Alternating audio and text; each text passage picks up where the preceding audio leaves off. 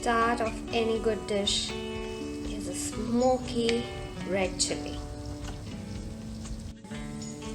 And when that smoky red chili meets some onion seeds, it's magic. And then the sizzle of potatoes. Beauty. And then you add some salt, turmeric and ginger. The sizzle. And then all you do is add some rich gourd, cook everything together, grind up some poppy seeds, and a beautiful summer dish is ready.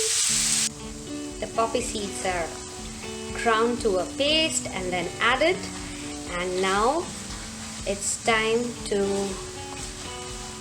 nicely cook everything till all the vegetables are soft and the poppy seeds are fragrant. And that's it. A beautiful summer dish would be ready. This is how the dish looks like once cooked. As you can see, it's beautiful. I've cooked it for 15 more minutes. It's beautiful. There's no water anywhere left. The potatoes and everything is cooked down completely.